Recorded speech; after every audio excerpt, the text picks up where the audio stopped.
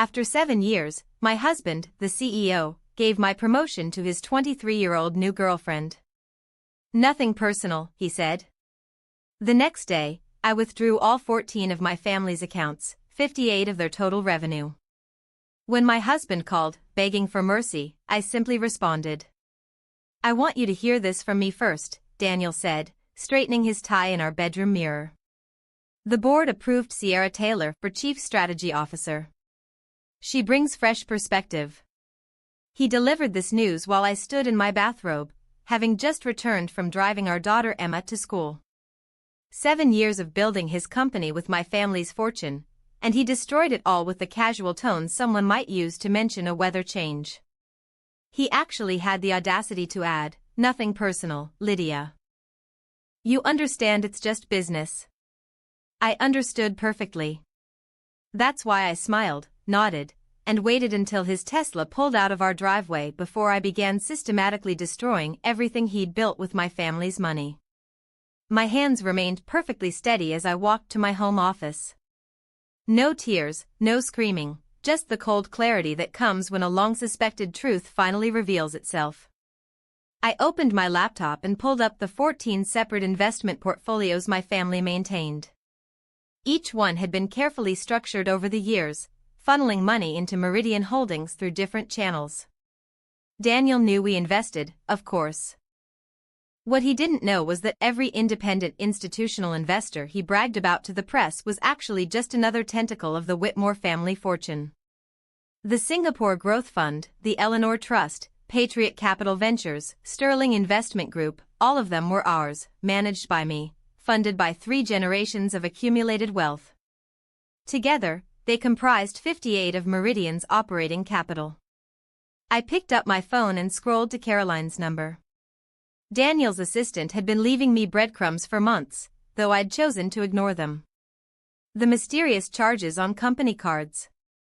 The late-night meetings that never appeared on official calendars.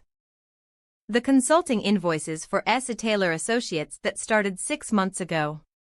"Caroline," I said when she answered, "I need you to forward me every S. Taylor Associates invoice from the past year." There was a pause. "Mrs. Clark, I could lose my job." "You won't," I promised her. "I promise you that." 20 minutes later, my inbox filled with documents. $700,000 paid to Sierra Taylor's consulting firm over 6 months for strategic advisory services, for market analysis, for business development initiatives, all approved by Daniel without board review, using his discretionary fund. A fund that existed only because my mother had insisted on it during the last restructuring. I called Margaret next. My sister answered on the first ring, probably expecting me to discuss Mother's birthday gala. "He gave my promotion to his mistress," I said without preamble. Margaret's silence lasted 3 seconds. "Then, I'm coming over. Don't do anything until I get there." "I'm not going to cry if that's what you're worried about," I said. "Lydia, I know you," she replied. "You're not going to cry. You're going to do something far more devastating. Just wait for me." But I couldn't wait. I pulled up Meridian's financial statements, the real ones that only Daniel, the CFO, and I had access to. The company was leveraged to the hilt, floating on credit lines that were guaranteed by what they thought were diverse sources. In reality, every guarantee traced back to Whitmore money. We were the invisible foundation holding up Daniel's glass tower. Emma called from school during her lunch break. "Mom, I forgot my violin music. Can you bring it?" "Of course, sweetheart," I said, forcing my voice to sound normal. "I'll be there in an hour." "Is everything okay? You sound weird." 12 years old and already too perceptive. "Everything's fine. Eat your lunch." After hanging up, I found myself staring at a framed photo on my desk. Our wedding day. Daniel's hand on my waist. My father beside us, beaming. Father had pulled me aside that day. "The Clarks are ambitious people," he'd said. "Make sure you protect yourself." I'd thought he was being old-fashioned. Now I understood he'd seen what I'd been blind to for 7 years. The doorbell rang. Margaret entered without waiting, her judge's robes replaced with casual clothes, her face set in determination. "Show me everything," she commanded. I turned my laptop screen toward her. She studied the portfolios, the invoices, the financial statements. Her expression darkened with each document. "By God, Lydia, he's built everything on your money." "Our family's money," I corrected. "No," Margaret's finger pointed at specific transactions. "These signatures are yours. These investment decisions were yours. Mother gave you control of these accounts. You've been the architect all along." The word architect stuck in my mind. Daniel called himself the architect of Meridian's success in every interview, the visionary who'd built an empire from nothing. Meanwhile, I'd been the one restructuring debt, securing credit lines, ensuring liquidity during expansions. All invisible, all attributed to his genius. "What did Mother say when you managed to secure the Singapore fund?" Margaret asked. "She said I was maintaining the family tradition admirably." Margaret laughed bitterly. "The tradition of standing behind undeserving men. I thought about that tradition. My grandmother, who'd secretly managed my grandfather's investments while he took credit for their wealth. My mother, who'd built the family fortune while my father played golf and attended club meetings. Now me, funding Daniel's empire while he gave my promotion to a woman barely out of business school." Thomas called next. My brother's voice carried the weight of barely contained fury. "Patricia just told me what happened. Please tell me you're finally going to end this." "I'm reviewing options," I said. "Lydia, stop being diplomatic. He's been cheating on you for months. Everyone knows about Sierra Taylor. They've been seen at hotels, restaurants, even at that conference in Miami you couldn't attend because Emma had pneumonia." Miami. 3 months ago, Daniel had sent photos from the conference, alone in his hotel room, claiming exhaustion from presentations. Meanwhile, I'd been holding our daughter's hand in the hospital, managing conference calls between her breathing treatments. "How long has everyone known?" I asked quietly. "Does it matter? What matters is what you do now." After Thomas hung up, I returned to the portfolios. Each account had withdrawal provisions, clean, legal, immediate. My father had insisted on them, saying liquidity was freedom. I could pull everything out within 24 hours. The documentation was meticulous, the contracts ironclad. I picked up Emma's forgotten violin music and drove to her school. The normalcy of the building, the chatter of teenagers, the smell of cafeteria food, it all felt surreal. Emma met me at the office, accepting the sheet music with a quick hug. "Thanks, Mom. Love you." "Love you, too." Driving home, I passed Meridian's headquarters. The gleaming tower Daniel loved to photograph for his social media. Built from nothing, his bio claimed.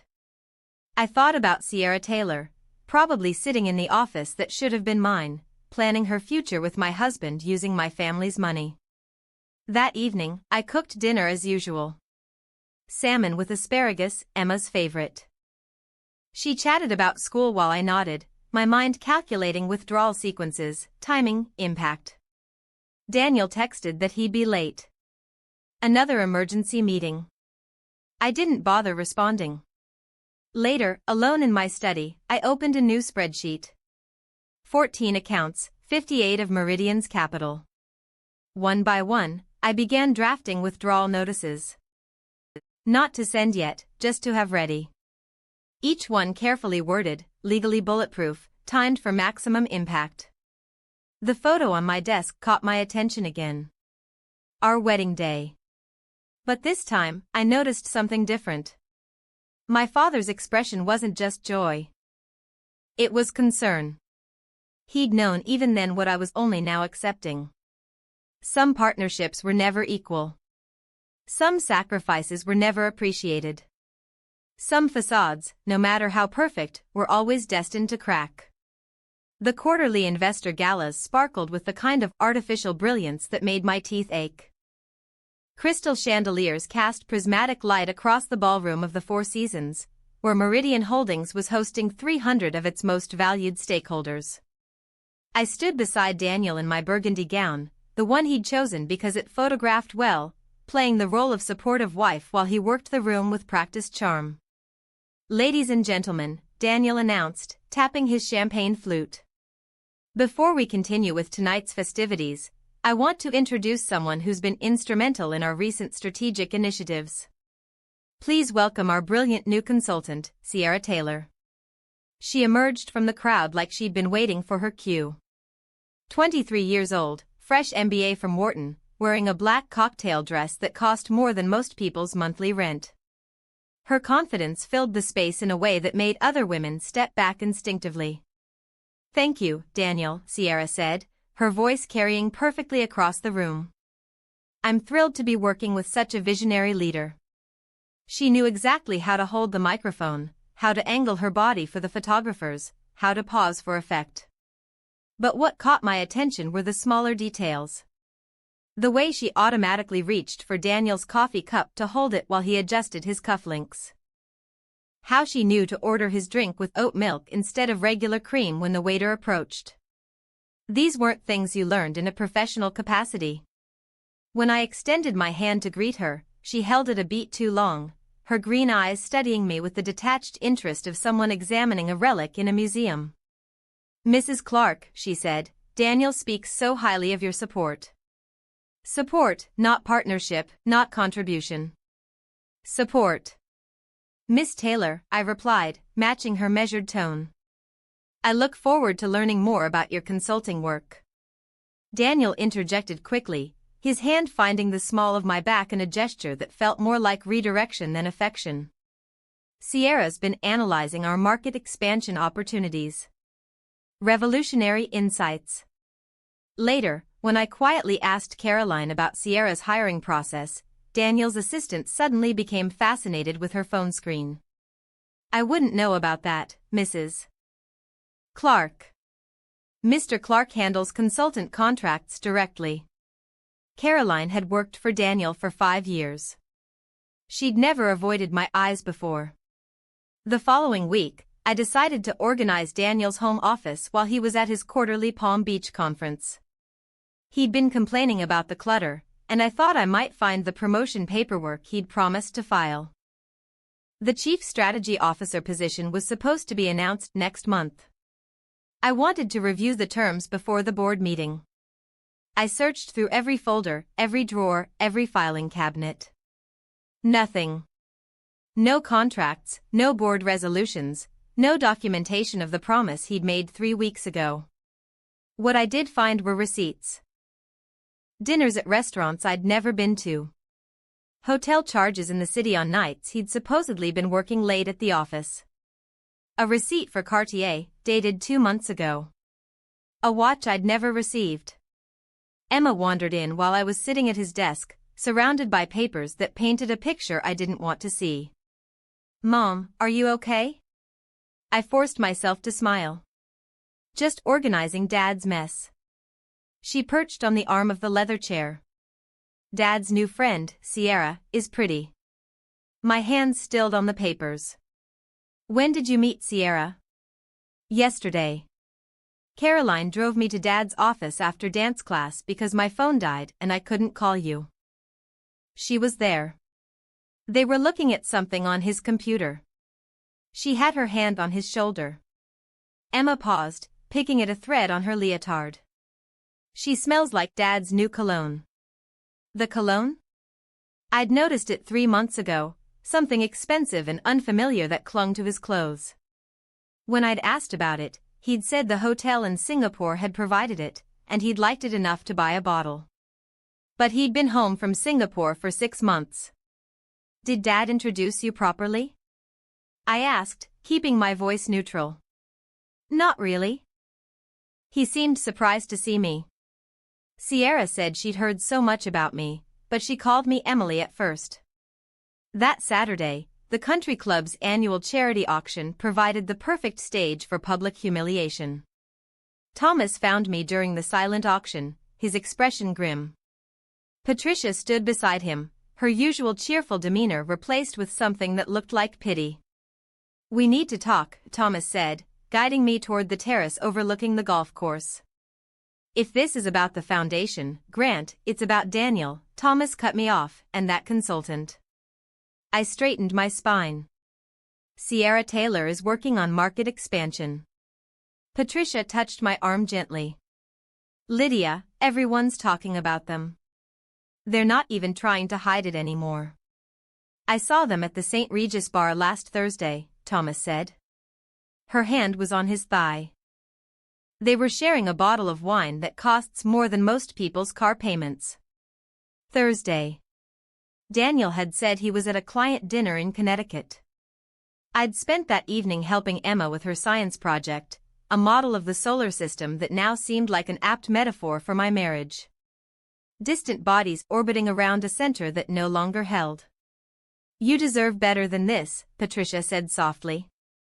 The whispers followed me through the rest of the reception. Conversations stopped when I approached. Women who'd known me for years offered sympathetic smiles that felt like paper cuts. Men avoided eye contact, as if infidelity might be contagious. That night, I couldn't sleep. At 8:30 p.m., I told Daniel I was going to Margaret's to discuss Mother's birthday plans. Instead, I drove to Meridian Holdings. The building was mostly empty, just the cleaning crew and security guards who knew me well enough to wave me through without question. The executive floor was dark, except for one corner office as Daniel's. As I approached, I heard Sierra's laugh, bright and carelessly young. Through the glass doors of the boardroom, I could see them. Presentation slides glowed on the screen, but neither was looking at them. Sierra's hand rested on Daniel's shoulder. His fingers grazed her wrist as he pointed at something on the laptop. The casual intimacy of it, the comfortable body language of people who'd crossed professional boundaries long ago. I stood there for a full minute, watching my husband with another woman, feeling something inside me crystallize into cold, hard certainty. Then I pushed open the door. Daniel's face went through a series of expressions, like a slot machine trying to find the right combination. Surprise, guilt, then finally settling on defensive annoyance. "Lydia, what are you doing here? I could ask you the same thing." Sierra didn't even pretend to look uncomfortable. She removed her hand from Daniel's shoulder slowly, deliberately, like she was making a point. Her smile held a challenge. "We're preparing for Monday's board presentation," Daniel said. "It's not what it looks like." The oldest lie in the world, delivered with the confidence of a man who'd forgotten I wasn't stupid. Behind him, the presentation slide showed next quarter's projections. I'd created those projections 2 weeks ago. I turned and walked out of the boardroom without another word, leaving Daniel mid-sentence in his pathetic explanation. My heels clicked against the marble floor with metronomic precision as I made my way to the elevator. Each step took me further from the wreckage of my trust. Behind me, I heard Daniel call my name once, then silence. Sierra's voice drifted after me, something about quarterly projections, as if nothing had happened. The next morning, I stood outside the frosted glass doors of Meridian's main conference room, my hand frozen on the handle. Through the distorted glass, I could hear Daniel's voice carrying over the board members' morning chatter. "Before we begin today's agenda, I have an announcement. The Chief Strategy Officer position goes to Sierra Taylor, whose fresh perspective will revolutionize Meridian's trajectory." The words hit me with the force of a physical blow. Not because I was surprised. After last night, I knew this was coming. But because of how easily he said it. 7 years of my work, my strategic planning, my family's money building this company, dismissed in a single sentence. Applause erupted from inside the room. Through the frosted glass, I could see shadows standing, hands coming together in celebration of my replacement. I stood there for a full minute, my wedding ring catching the morning light, suddenly feeling like a shackle I'd locked around my own finger. When the doors opened and Daniel emerged with the board members, he saw me standing there.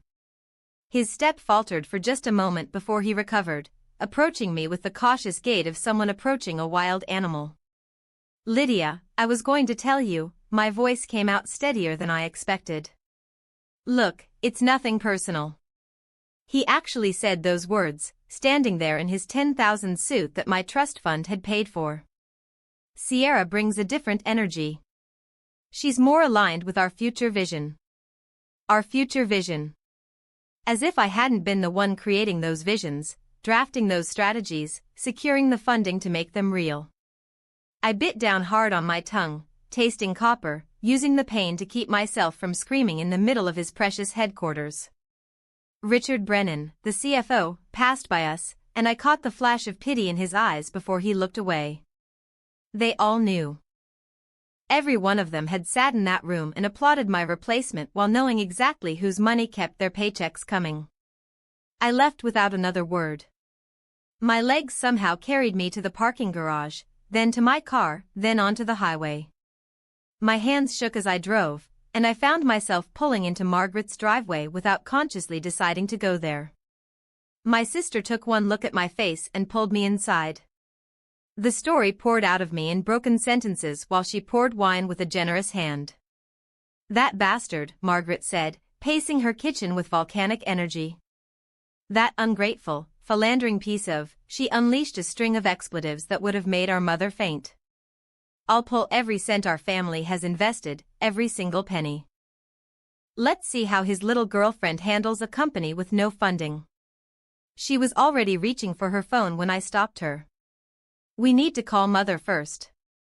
Margaret paused, her finger hovering over the screen. We both knew what that meant. Eleanor Whitmore didn't do emotional reactions. She did strategic responses. Mother answered on the second ring, as if she'd been expecting our call. Margaret put her on speaker, and I told the story again, more coherently this time. The silence that followed felt like judgment. "I see," Mother finally said, her tone arctic. "And you're just learning about this relationship now?" "There were signs," I admitted. "I chose not to see them." "Yes," she said simply. "You did." Her disappointment cut deeper than Daniel's betrayal. She had warned me in her way, all those careful questions about whether Daniel was treating me well, the observations about how tired I looked. She had seen what I had refused to acknowledge. And now I had proved myself a failure in the one arena Whitmore women were supposed to excel, protecting our assets. "A Whitmore woman doesn't crumble, dear," she continued, her voice carrying the weight of generations. "We strategize. Come to the estate tomorrow morning. Bring Margaret and bring every financial document you have regarding Meridian Holdings." 2 days later, I stood in my own backyard, watching Emma's 13th birthday party slowly deflate like a punctured balloon. Daniel was an hour late. The ice cream cake was melting.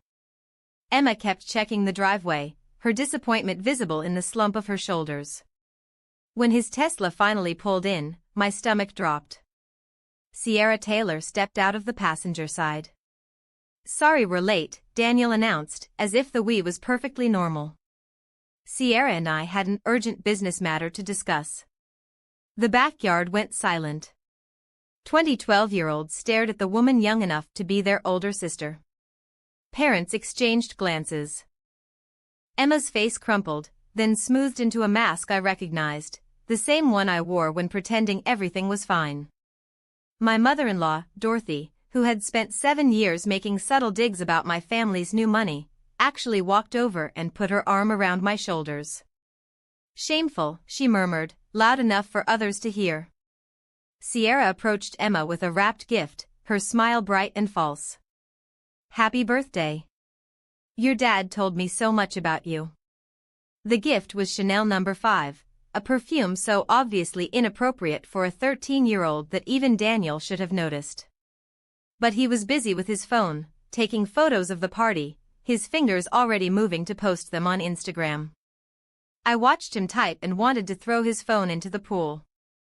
Emma accepted the gift with polite confusion, looking between Sierra and me. Her friends whispered behind their hands. One parent gathered their child and left early, citing a forgotten appointment. Daniel remained oblivious, chatting with Sierra about market projections while standing next to the birthday cake. She laughed at something he said, her hand briefly touching his arm, and I saw Emma notice. My daughter's eyes met mine across the yard, and in them, I saw understanding dawning. 3 days later, Caroline caught me in the Meridian parking garage. Daniel's assistant looked around nervously before approaching, a manila folder clutched against her chest. "Mrs. Clark, I'm resigning tomorrow," she said without preamble. "I can't watch this anymore." She thrust the folder into my hands. Inside were receipts, printouts, emails, a paper trail of betrayal dating back 6 months. Jewelry charges from Tiffany that I'd never received, hotel bills for nights Daniel claimed to be at conferences, email threads between him and Sierra with timestamps from when he was supposedly in meetings. "There's more," Caroline said, her voice dropping. "You funded everything. Every major deal, every expansion, every acquisition, it all came from your family's accounts. The board knows it. Daniel knows it." She paused, seeming to gather courage for the final blow. "They laugh about it, Mrs. Clark. In the executive meetings, they call you the silent partner and make jokes about how you don't even know what you're funding." Her eyes filled with tears. "You deserve to know." Caroline's folder sat on my desk like evidence at a crime scene. I waited until Daniel's breathing deepened into his familiar snore before slipping out of bed. The house felt different in darkness, every shadow holding secrets I'd been too trusting to see. I closed the study door behind me with practiced silence and opened my laptop. The screen's glow illuminated Caroline's collection alongside my own financial records. I started with the family accounts, pulling up dashboards I'd managed for 7 years. Whitmore Trust, Eleanor Holdings, Patriot Capital, Sterling Investments, each one appeared separate on paper, independent entities investing in a promising company. The truth was far simpler and more damaging. They were all ours, tentacles of the same family fortune. I traced each wire transfer, each investment round, each emergency loan that had saved Meridian from collapse. The numbers made my breath catch. 47 million over 7 years. Not a partnership, not a mutual investment. A one-way flow of Whitmore money into Daniel's ambitions.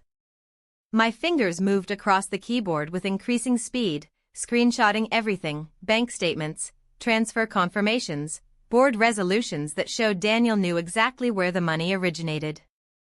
He'd signed papers acknowledging Whitmore Trust as a cornerstone investor. He'd personally negotiated terms with Eleanor Holdings, which was literally named after my mother. The Singapore fund alone had provided $8 million during the expansion crisis 2 years ago. I remembered that night, Daniel pacing our bedroom, talking about bankruptcy, about losing everything. I'd made 3 phone calls, moved money from 2 family trusts, and by morning, Meridian had its lifeline. The press release credited Daniel's brilliant negotiation with international investors. The investor was me, sitting in my pajamas at the same desk. Dawn crept through the windows as my documentation grew. Folder after folder of evidence showing that Meridian Holdings wasn't built on Daniel's genius. It was built on 3 generations of Whitmore wealth, managed by me, credited to him. My coffee had long gone cold, but I barely noticed. For the first time in months, possibly years, I felt completely clear. Thomas called at 7 in the morning. "Can you meet me downtown?" Not at the family firm, somewhere discreet. An hour later, I sat across from him in a conference room at Breener & Associates, a law firm that specialized in corporate litigation. Thomas had already been busy. 3 lawyers sat with us, their expressions serious. "Show them what you showed me," Thomas said. I spread out the evidence, the 14 accounts, the 47 million in transfers, the paper trail showing Daniel's full knowledge of the source. The lawyers exchanged glances as they reviewed documents. "Every contract has an immediate withdrawal clause," the lead attorney, Jennifer Breener, said after 20 minutes of silent reading. "Breach of fiduciary trust." It's ironclad. You can pull everything. How quickly? I asked. 24 hours notice is all that's legally required, she said, pulling up a calendar on her tablet. But if you want maximum impact, she pointed to a date. The next board meeting is in 72 hours. If you move before then, you control the narrative. Thomas reached across the table, his hand covering mine. The entire family is behind you, Lydia. Margaret, me, Mother. Even Cousin Robert, and you know how he feels about family drama. There's something else, Jennifer added, sliding a folder across the table. We pulled precedents. Similar cases where family investors reclaimed funds from companies that violated trust agreements. In 3 cases, the investors didn't just withdraw. They took controlling interest as compensation for breach. The possibility hung in the air like electricity before a storm. Not just leaving Meridian crippled, but taking it entirely. Think about it, Thomas said. But if you're going to move, it has to be now. That afternoon, Mother summoned me to the family estate. The library hadn't changed since my childhood, heavy with the smell of leather and old paper. Portraits of 5 generations of Whitmores watched from the walls. My great-great-grandfather, who'd started with shipping. My grandfather, who'd survived the crash of '29 by being cautious when others were greedy. My father, whose keen eyes seemed to follow me as I sat across from Mother. Your father faced something similar once, Eleanor said, her fingers tracing the edge of a crystal paperweight. His business partner, Harold Manning. They built a telecommunications company together in the '80s. I knew the company. It had made our family's second fortune before being sold to a conglomerate. Harold forgot whose money had built the empire, Mother continued. Started making decisions without consultation, started believing his own press about being a visionary. She stood, moving to a portrait I'd barely noticed before. A stern-faced man with calculating eyes. That's Harold. I don't understand. Why is his portrait here?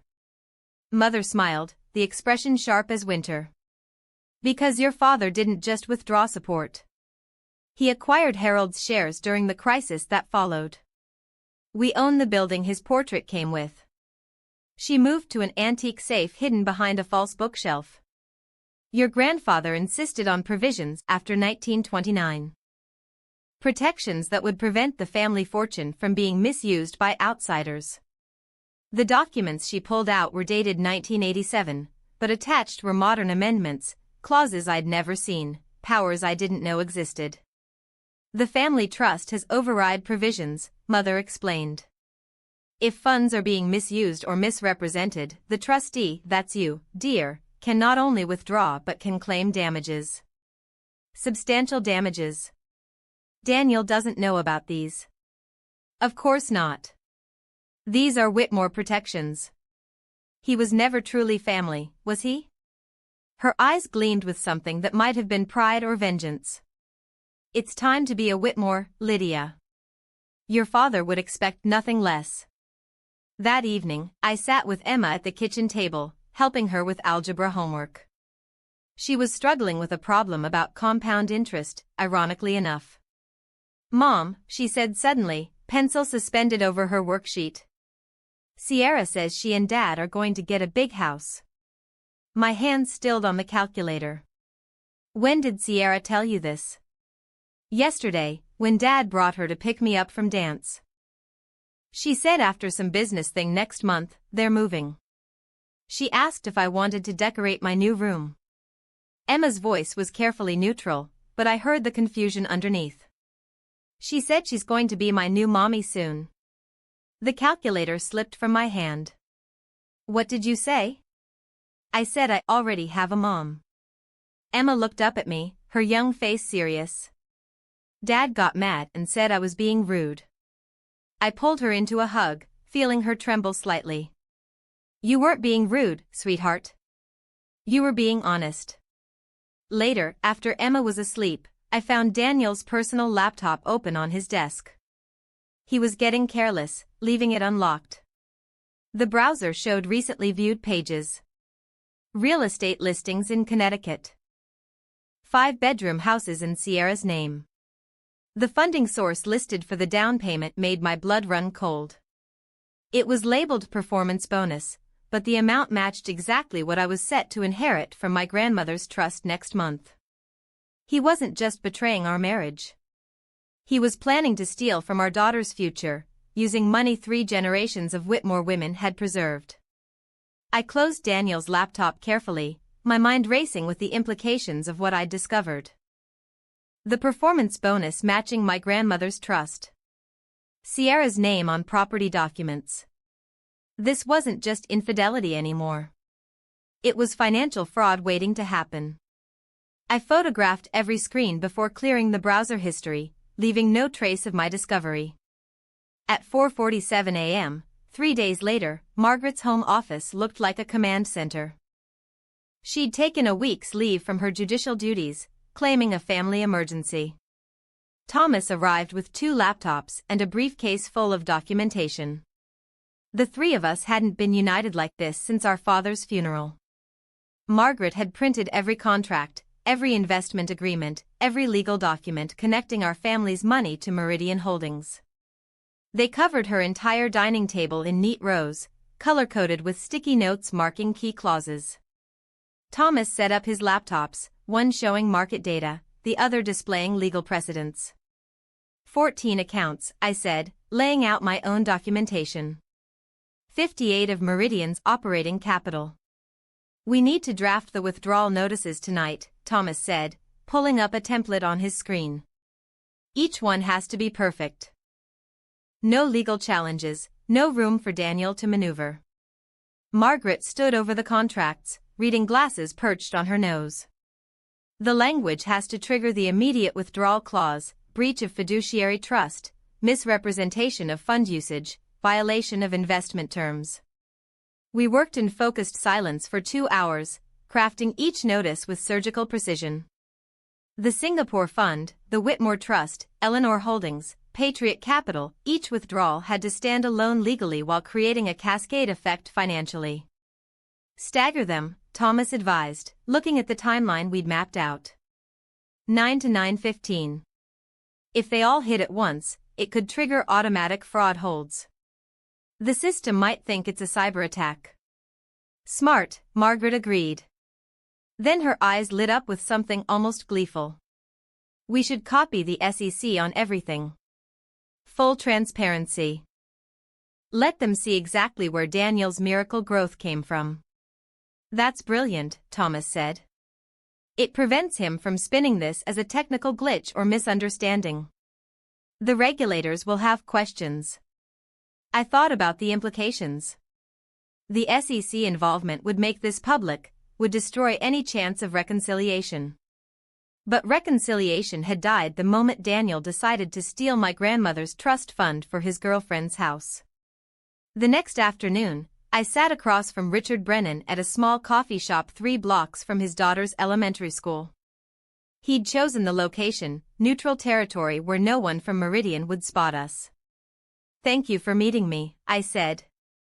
Richard stirred his coffee slowly, his face drawn with exhaustion. Caroline told me she gave you documents before she quit. She did. I've wanted to say something for years, he admitted, not meeting my eyes. I've watched Daniel take credit for your strategies, your negotiations, your family's money. The board knows the truth, but they're all getting rich off your family's investments. No one wants to rock the boat. I pulled out my tablet, showing him the documentation I'd compiled, the $47 million in transfers, the 14 accounts, the withdrawal notices ready to deploy. His face grew paler with each slide. This would destroy Meridian overnight, he whispered. I leaned forward. Unless the board makes the right choice. What choice is that? Daniel steps down. Sierra is terminated. The board acknowledges the true source of Meridian's funding. You have one chance to be on the right side of this, Richard. He was quiet for a long moment, staring into his coffee. My daughter's college fund is tied up in Meridian stock options. If you stand with the board when this happens, you'll lose everything. If you help me transition leadership properly, I'll ensure your position is protected. Richard nodded slowly. The board meeting is tomorrow at 9 o'clock. Daniel's planning to formally announce Sierra's promotion then. I know. I won't be there. He looked confused, but I didn't elaborate. Let him wonder. That evening, I attended Meridian's company softball game at the local park. The perfect corporate wife won last time. I'd baked cookies from scratch, Daniel's favorite chocolate chip recipe. I wore the sundress he bought me for our 5th anniversary, the one he said made me look like the woman he'd fallen in love with. Lydia. Several employees greeted me warmly. They had no idea their paychecks were about to evaporate. Daniel hit a double in the 3rd inning, and I cheered louder than anyone. Sierra was notably absent, probably preparing for her big promotion tomorrow. I mingled, laughed at bad jokes, took photos for the company newsletter. Every interaction felt like a goodbye. During the 7th inning stretch, Daniel jogged over, sweaty and grinning. Thanks for coming, babe. Means a lot. Babe. He hadn't called me that in 2 years. Wouldn't miss it, I said, handing him a water bottle. Listen, about tomorrow's board meeting, I can't make it. Emma has an orthodontist appointment. The lie rolled off my tongue smoothly. I'd scheduled the appointment that morning, my alibi locked in place. That's fine, he said, looking relieved. It's just routine stuff anyway. Routine? Like destroying our marriage and stealing our daughter's inheritance. At dinner, I made his favorite meal, the exact one I'd cooked the night he proposed 8 years ago, beef Wellington with roasted vegetables and garlic mashed potatoes. Emma chatted about her science project on renewable energy while Daniel scrolled through his phone, occasionally grunting responses. This is amazing, Mom, Emma said, savoring the Wellington. What's the special occasion? No occasion. Just felt like cooking something nice. Daniel looked up from his phone briefly. It's good, he said, already texting again. The screen reflection in his glasses showed Sierra's name. I watched them both, memorizing this moment. Emma's innocence, still unaware her world was about to shatter. Daniel's casual arrogance, texting his girlfriend while eating the meal I'd made with hands that would destroy him tomorrow. I love you both, I said suddenly, the words escaping before I could stop them. Emma beamed and came around the table to hug me. Love you, too, Mom. Daniel just nodded, already typing another message. Yeah, love you, too, he said absently. That night, I waited until Daniel was showering to forward screenshots of his private emails about Sierra to Jennifer Breener's secure server. Messages about their future plans, about the transition after her promotion, about the house they'd viewed together, evidence for the divorce that would follow tomorrow's financial catastrophe. When Daniel climbed into bed, I surprised us both by reaching for him. He responded eagerly, probably thinking about Sierra the entire time. Afterward, as he drifted off to sleep, I studied his face in the moonlight, the strong jaw I'd once found attractive, the lips that had promised to honor and cherish. The hands that would soon be signing resignation papers. At 1 a.m., I slipped out of bed and walked to my study one final time.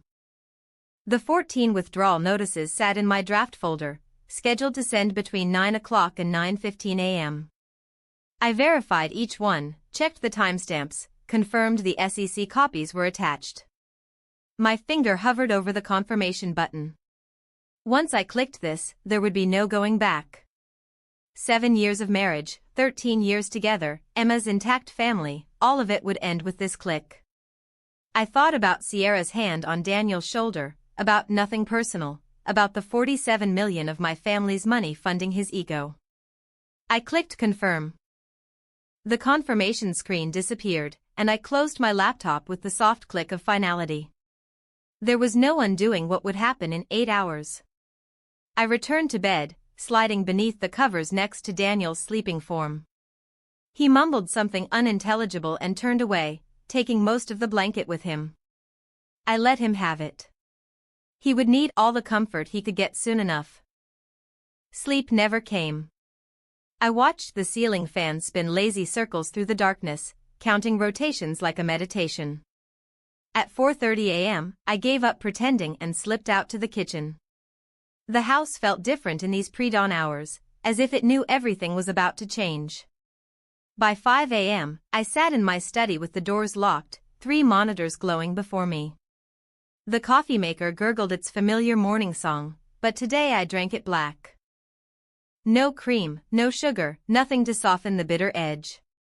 Daniel's elaborate oat milk lattes seemed ridiculous now, like everything else about the performance of our marriage. Each monitor showed different account dashboards. 14 windows arranged in a grid, displaying millions of dollars ready to vanish at my command. The withdrawal notices sat in my email system, scheduled and waiting. I reviewed each one methodically. The Singapore Growth Fund, 8 million, Eleanor Holdings, 12 million, the Whitmore Trust, 6 million. Numbers that represented not just money, but years of my family's careful accumulation. Generations of women who had built something real while their husbands took the credit. Through the study window, I watched the sky lighten from black to deep purple to the first hints of orange. Somewhere in the city, Daniel's board members were probably getting ready for their day, checking their phones over coffee, reviewing notes for the meeting where they would rubber stamp Sierra's promotion. Richard Brennan would be among them, knowing what was coming, but bound by his own interests to stay silent until the moment arrived. At 7 a.m., Daniel's alarm went off.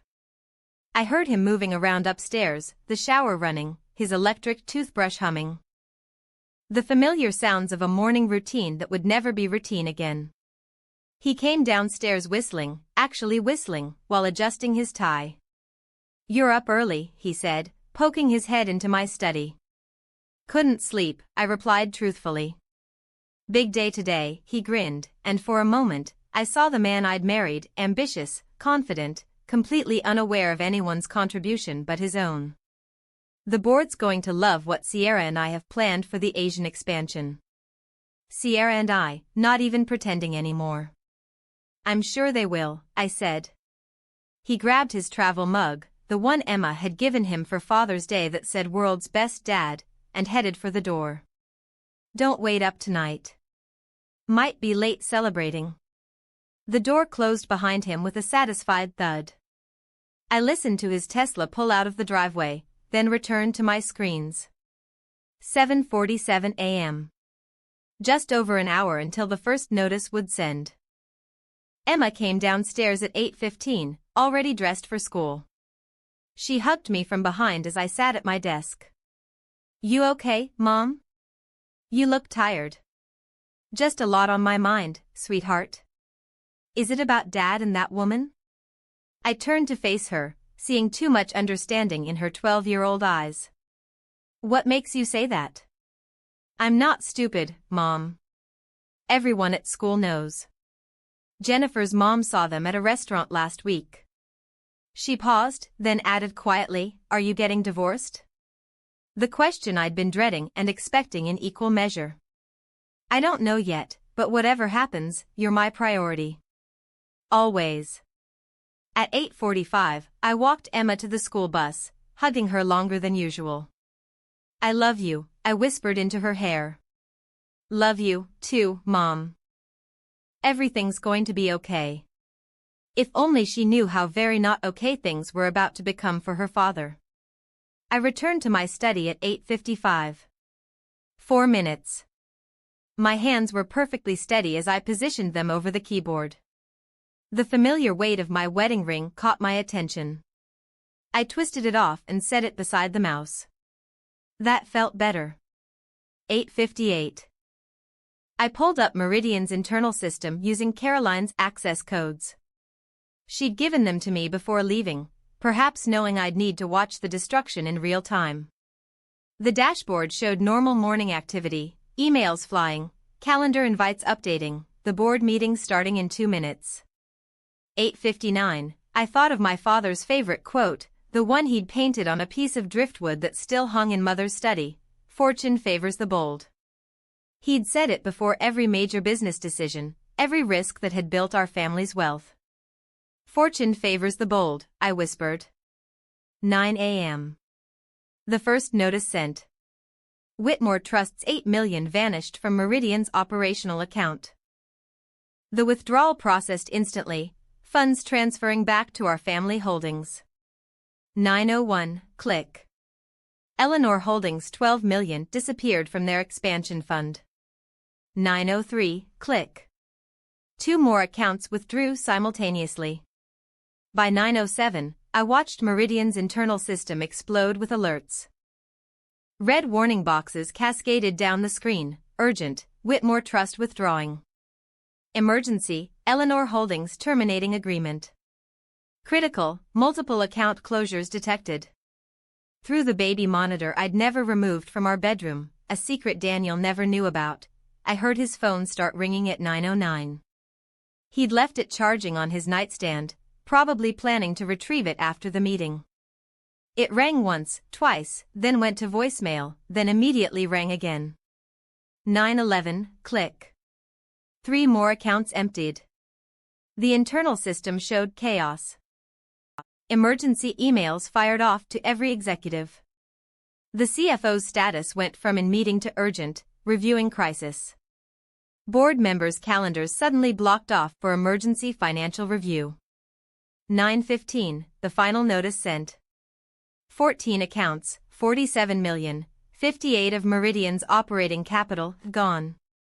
I closed the laptop and watered my orchids with the careful attention of someone with nothing but time.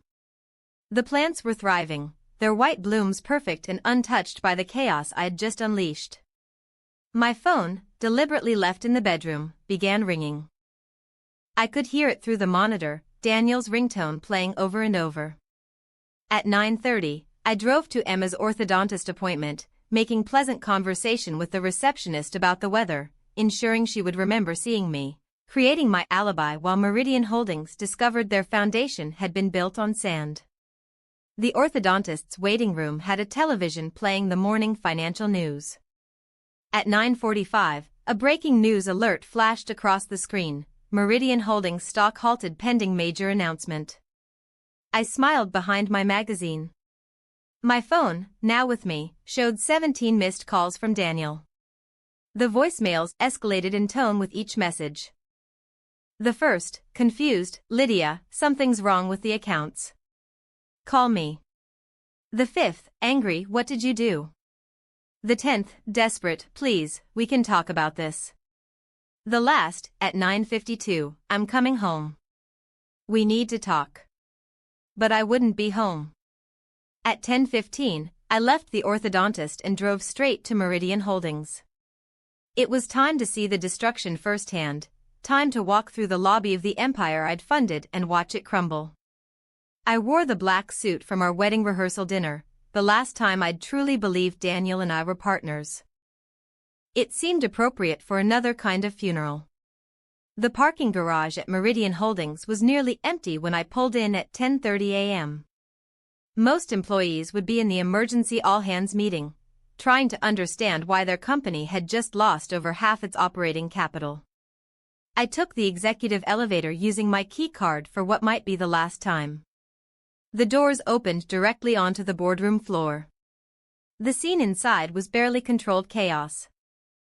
Board members hunched over laptops and phones, voices raised in urgent discussion, papers scattered across the usually pristine conference table.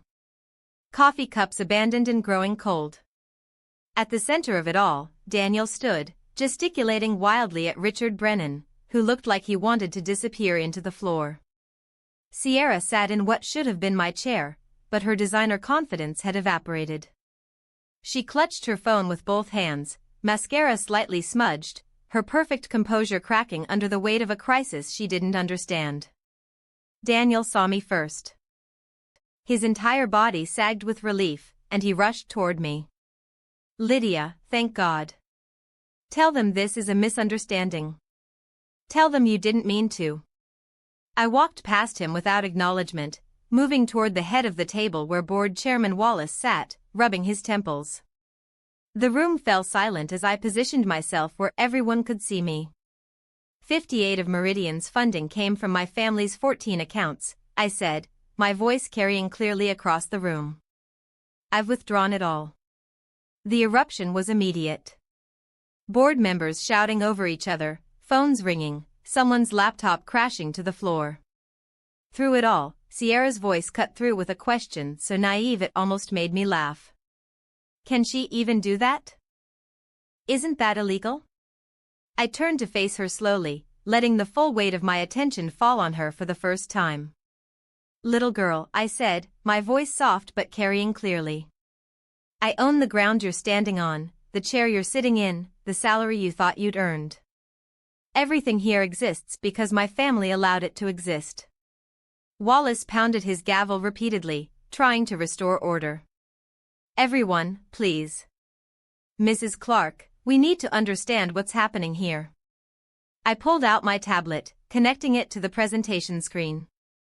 The documentation appeared in devastating clarity: wire transfers, account statements, the $47 million trail leading from Whitmore Holdings to Meridian's accounts. Every major deal, every expansion, every crisis that Daniel solved, funded by my family's money. Money he knew came from us but reported to investors as diverse institutional funding. That's not, Daniel started, but Wallace cut him off with a sharp gesture. Is this accurate, Richard? Wallace asked the CFO. Richard Brennan straightened in his chair. Every word. I have the documentation to verify it. The board members exchanged glances, the reality of their situation sinking in. Without Whitmore money, Meridian was essentially insolvent. What do you want? Wallace asked me directly. I had waited 7 years for this moment. My terms came out clear and non-negotiable. 1. Daniel resigns immediately. Not next month, not next week, today. 2. Sierra Taylor is terminated with cause. No severance, no references, no golden parachute. 3. I assume full control with 51 voting shares and complete restructuring authority. The board lawyer, a nervous man named Peterson, started stuttering about precedent and corporate governance. But Richard interrupted him. She's offering to save the company, Richard said firmly. Without the Whitmore money, we're bankrupt by Monday morning. The stock won't survive the opening bell. Daniel's face had gone from red to white to an unhealthy gray. You can't seriously be considering this. I built this company. Wallace, who I knew played golf with my mother every Sunday at the country club, finally showed his cards. Mr. Clark, he said, his tone formal and final, you've lost the board's confidence.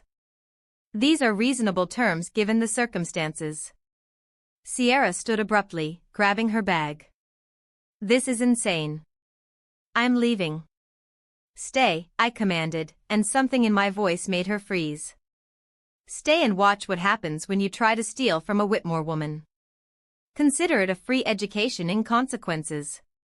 She sank back into the chair, her face flushed with humiliation. The board voted within 10 minutes.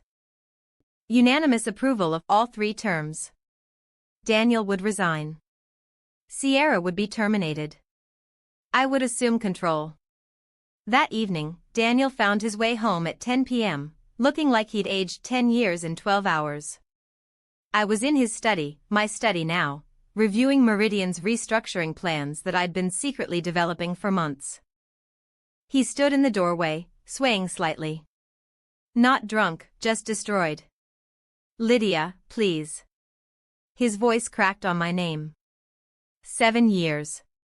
7 years has to mean something.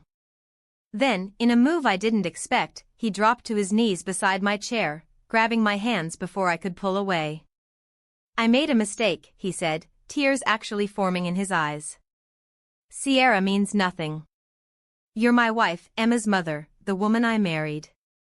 I pulled my hands free and turned my laptop screen toward him. The property listings in Sierra's name filled the screen. The house in Connecticut, funded by his performance bonus. You were planning to leave anyway, I said. I just accelerated your timeline. His tears dried instantly, replaced by desperate calculation. I'll give you everything. The house, full custody of Emma, my entire stake in Meridian. I'll resign quietly, disappear, never contact you again. For a moment, I considered it a clean break, no public humiliation. But then I remembered the board meeting where he'd announced Sierra's promotion. Nothing personal. You'll resign publicly, I said. Tomorrow morning, 9 a.m., a press conference where you take full responsibility for the financial mismanagement. You'll praise my leadership and recommend me as your successor. That will destroy my reputation. Yes, I agreed, it will. At 11 p.m., Wallace convened an emergency shareholder video conference. Investors from New York, London, Tokyo, all demanding explanations for the day's chaos and the stock halt. Daniel sat beside me but couldn't form coherent sentences. His mouth opened and closed like a fish gasping for air. I took over smoothly. Meridian Holdings has been built on a foundation of Whitmore family capital disguised as diverse investments. Due to executive malfeasance and breach of fiduciary duty, these funds were withdrawn today. The lead investor from New York, a sharp-faced woman named Chin, leaned forward. And the path forward? I'm prepared to reinvest the full amount under new leadership structure. What leadership? Chin asked. I smiled. Me, of course. The vote was swift and unanimous. Even Daniel's former allies, seeing the writing on the wall, voted for my appointment. At 11:47 p.m., Daniel signed the resignation papers, his hand shaking so violently that his signature was barely legible. The next morning brought Sierra's final humiliation. She arrived at Meridian at 8 a.m., probably hoping to clear out her office before the press conference. Instead, she found security already boxing up her belongings, her key card deactivated, her company laptop locked. She called Daniel repeatedly, but he didn't answer. He was at home, packing his own belongings into boxes I'd thoughtfully provided. When she tried to storm into the lobby, demanding to speak to someone in charge, she found me waiting. You can't do this, she screamed, all professional pretense gone. I'll sue. I'll go to the press. Oh, you signed an NDA as a consultant, I reminded her calmly. Violate it, and I'll ensure you never work in finance again. Your MBA won't mean much when every firm in the country knows you as the woman who tried to steal from the Whitmores. Security escorted her out as employees gathered to watch. When the doors closed behind her, someone started clapping, then another. Then the entire lobby erupted in applause. The applause from the employees lingered in my ears as I walked back through Meridian's lobby, past the spot where Sierra had made her undignified exit. I stopped at the reception desk, where our receptionist, Maria, sat with tears in her eyes. Mrs. Clark, Miss Whitmore, she corrected herself, using my maiden name that I'd officially reclaimed that morning. Thank you. That woman treated us all like servants. Mr. Clark never saw it, but we did. 3 months had passed since that day, and now I stood at the head of Meridian's boardroom for our quarterly review. The same room where Daniel had announced Sierra's promotion felt different now. Natural light streamed through windows I'd had uncovered, Daniel had preferred dramatic shadows. The conference table had been replaced with a modern one that seated everyone as equals, not the hierarchical setup Daniel had insisted upon. Richard Brennan stood at the presentation screen, his confidence restored now that he could present real numbers instead of Daniel's creative interpretations. The quarterly report showed our first genuinely profitable quarter in 2 years. No creative accounting, no hidden debts, no mysterious consulting fees draining our resources. Revenue is up 12, Richard reported. Operating costs down 18 after eliminating redundant positions and suspicious consulting contracts. We've restored full transparency with all investors. My mother sat in the observer's chair, her presence both a comfort and a reminder of the legacy I now carried. She'd started attending board meetings after the restructuring, her experience invaluable in navigating the transition. When Richard finished, she leaned toward me. Your father would be impressed, she whispered, her hand briefly covering mine. You didn't just save the company. You made it legitimate. The meeting concluded with unanimous approval of the quarterly results. As board members filed out, Wallace stopped beside me. The Journal wants to do a feature, he said, about the transformation. They're calling it the Whitmore Restoration. That afternoon, I found a manila envelope on my desk with familiar handwriting. Daniel's monthly letter. I'd been receiving them since he'd moved into his downtown studio apartment. Each one a testament to his unraveling.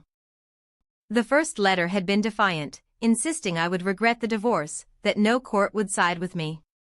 The second, angry, calling me vindictive and cruel. The third attempted negotiation. If I dropped the fraud investigation, he'd give up all claims to Emma. The fourth was pure depression, written on motel stationery after Sierra had left him for a cryptocurrency entrepreneur she'd met in Los Angeles. This latest one was different, shorter, the handwriting steadier. Lydia, you were always the strong one. I see that now. I was just too arrogant to notice I was standing in your shadow, not casting my own. I filed it with the others in the box marked evidence, feeling neither satisfaction nor sympathy. The opposite of love wasn't hate. It was indifference. And I had become beautifully indifferent to Daniel Clark. That evening, Emma and I sat at our kitchen table, the same one where Daniel had ignored us for his phone just months ago. She was working on an essay about women in business, and she'd chosen to write about me. Mom, she said, looking up from her laptop, why did Dad choose someone else over us? The question I'd been dreading and expecting in equal measure. I set down my coffee and considered my words carefully. Sometimes people get so caught up in what they think they want that they forget what they actually have, I said. Your father forgot that real partnership isn't about who gets credit. It's about building something together. Margaret, who'd come for Sunday dinner and stayed to help Emma with her essay, added her own wisdom. Your mother didn't just take back money, Emma, she said, her judge's voice carrying weight even at our kitchen table. She took back her life. She took back her story. That's the real power. Emma nodded solemnly, then her face brightened with the resilience of youth. Can we get a dog now? She asked. Dad was always allergic, but now, Margaret and I burst into laughter, real, genuine laughter that filled our house for the first time in years.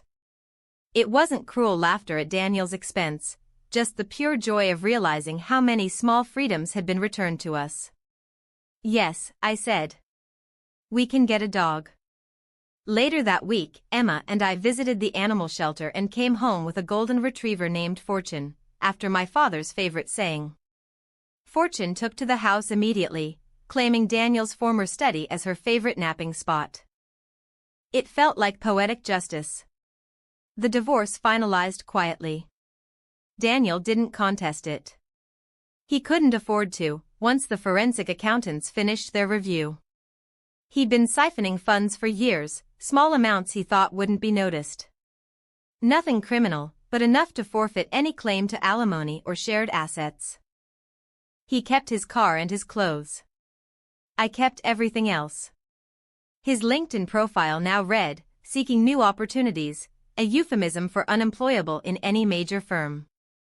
Word had spread through the industry about how Meridian had really been built.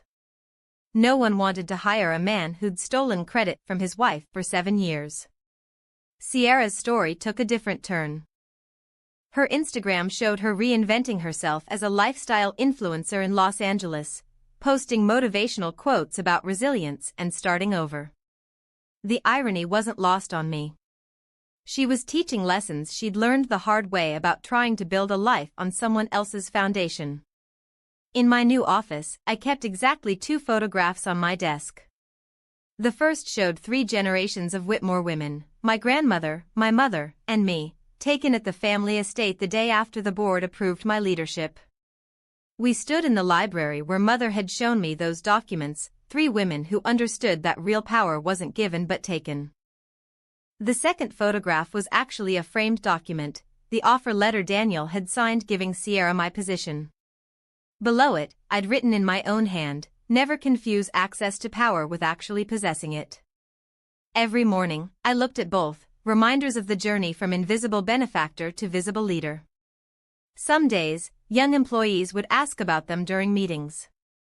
I would tell them the story, not as gossip but as a lesson about knowing your worth, about documenting your contributions, about never letting anyone else narrate your story.